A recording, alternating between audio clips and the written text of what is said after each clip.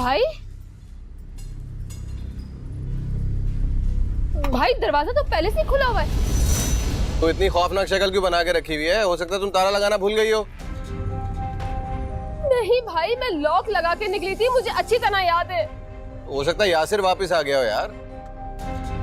हाँ मुमकिन, मेरी अभी 10 मिनट पहले बात हुई है उनसे, वो किसी साइड पे गए हैं, रात में आएंगे देर से। अरे तो ये बाहर खड़े खड़े अंदाजा ही लगाती रहोगी, अंदर जाके देखो।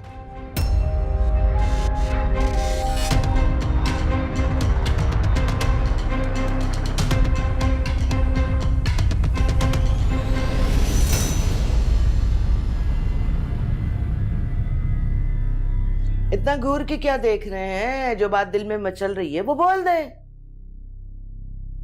कभी कभी तुम्हारी जहनियत पर बड़ा अफसोस होता है।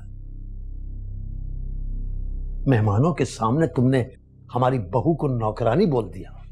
शुक्र करे नौकरानी कहती है, मैं तो उसे ये हैसियत देने के लिए भी तैयार नहीं हूं,